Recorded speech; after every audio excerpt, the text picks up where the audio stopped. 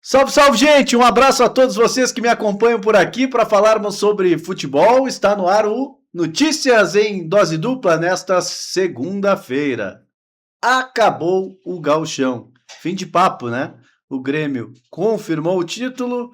Na sexta-feira, o São Luís garantiu o título da Taça Farroupilha. E aí, como consequência, a vaga na Copa do Brasil.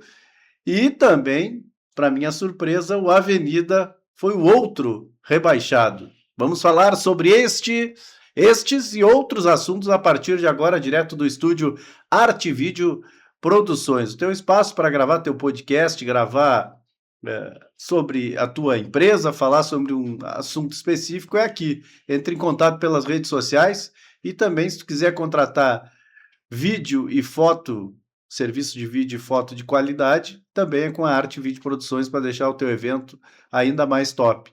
Falamos também para Stander Multimarcas. Tu quer trocar, vender, financiar ou refinanciar teu veículo? É na Stander Multimarcas. Entre em contato pelo 3223 4040. Compra, vende, troca, financia, refinancia. Fizemos qualquer negócio. Entra lá em contato que eu tenho certeza que vai dar um bom negócio. Hoje à noite teremos a derradeira, assim esperamos, reunião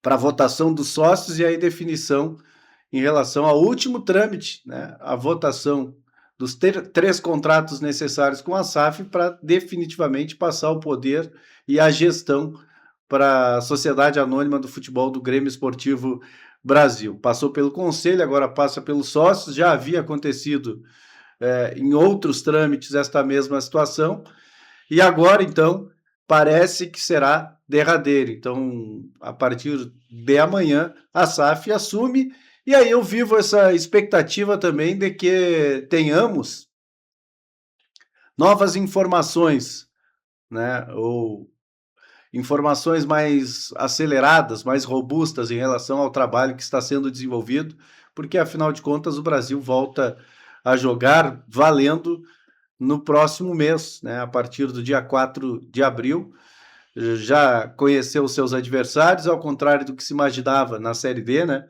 Não serão, na maioria, equipes do Rio Grande do Sul, apenas o São José está no grupo do Brasil, ficou dividido em 2 gaúchos, 2 catarinenses e 2 paranaenses. E o que o Brasil precisa fazer para, pelo menos, garantir vaga na Série D do ano que vem? Bom, precisa chegar até a terceira fase. Então, passa da primeira fase, passa da segunda fase e depois chega na terceira, garante pelo menos a vaga na Série D do Campeonato Brasileiro. Claro que quando entra na competição, entra com uma expectativa maior, né? O Brasil quer o acesso à Série C do Campeonato Brasileiro.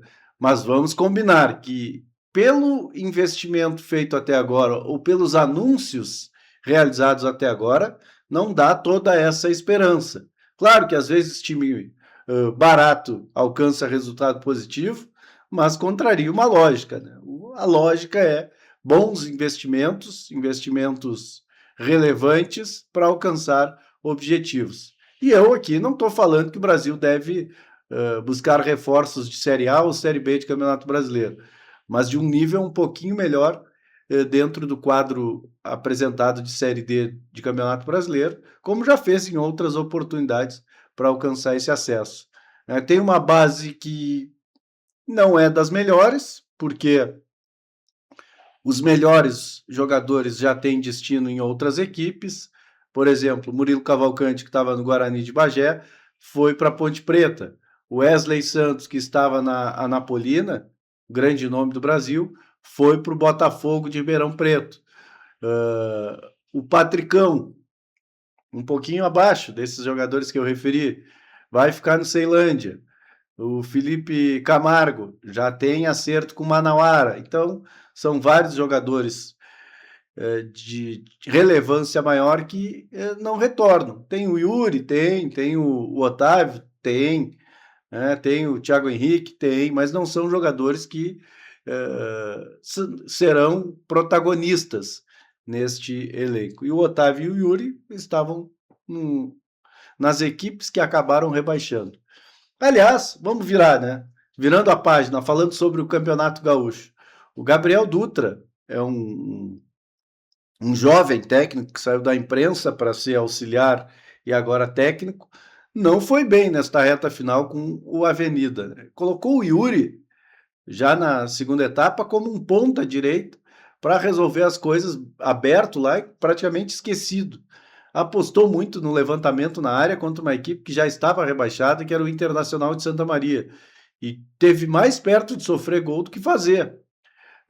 Então, a incompetência reinou. Os menos incompetentes acabaram evitando o rebaixamento. O Monson pegou o Guarani, que estava relaxado, porque já não tinha mais possibilidade de rebaixamento e vive um bom momento lá avançou de fase na Copa do Brasil e fez o que deveria fazer. Precisava de 2 gols e fez os 2 gols. Claro, tinha que contar com esse resultado paralelo de que o Avenida não vencesse o seu confronto, mas fez a sua parte. O Avenida não fez a dele, jogou em casa contra um time rebaixado e não conseguiu vencer, então mereceu a queda. A Avenida e Internacional de Santa Maria são os rebaixados do ano que vem. Vão enfrentar a dupla Brapel? Espero que não. Espero que a dupla Brapel suba neste ano e não enfrente estas duas equipes no ano que vem. Mas se os dois não subirem, ou um dos dois não subirem, estes serão adversários em 2027. O São Luís saiu vencendo, né, o segundo confronto contra o Novo Hamburgo, cedeu o empate, mas com a vitória no primeiro confronto, conquistou o título e a vaga na Copa do Brasil. E o Grêmio, né, já tinha feito 3-0 no primeiro confronto, dificilmente o Inter conseguiria reverter este placar. Criou boas situações, o Internacional, né, teve chances, teve um pênalti que para mim foi claríssimo, mas dividiu opiniões, inclusive de especialistas, né, como Paulo César Oliveira, que achou que não foi, o ex-árbitro, mas para mim foi um pênalti claro e não deveria ter a intervenção do VAR naquele momento. Se o árbitro estava bem próximo ali, não tem algo que fosse irregular. Poderia dar ou poderia não dar, mas não tem algo que, olha, estás equivocado nesta interpretação. Ele viu e aí, naquela reunião que foi realizada lá, acabou invalidando, né, a sua marcação de campo e anulou a penalidade. Depois o Grêmio abriu o placar com o garoto Gustavo Martins, o Inter empatou no segundo tempo com o Alan Patrick, mas já estava no depois do pênalti ali caiu uma ducha de água fria do Internacional que não teve mais reação e culminando aumentando ainda essa situação o gol em seguida depois de um escanteio marcado pelo Grêmio, né? Então acho que é justo para o Grêmio a conquista do título. Muita confusão, muita discussão com o árbitro, que é o principal árbitro do Rio Grande do Sul hoje, mas deixou muita falação e isso complica a partida.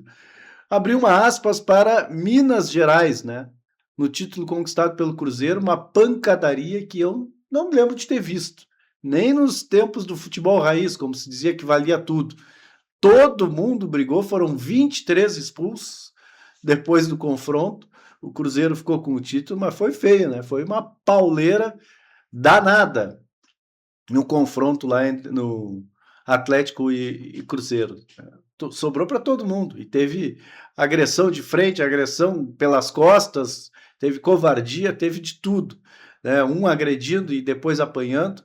Um festival de pancadaria e tudo aquilo que a gente não gostaria de assistir no futebol. Mas enfim, foi este o final de semana esportivo, né? Nós voltamos amanhã com mais informações, as informações mais importantes no cenário local, a reunião que será realizada dos sócios para definitivamente repassar aí, aprovar a SAF e repassar o comando para a SAF, e também esta definição aí do grupo do Brasil que já vem trabalhando. Agora se vive a expectativa de mais jogadores e aqueles que devam fazer a diferença no elenco chavante. Nós voltamos amanhã. Um grande abraço a todos e até lá.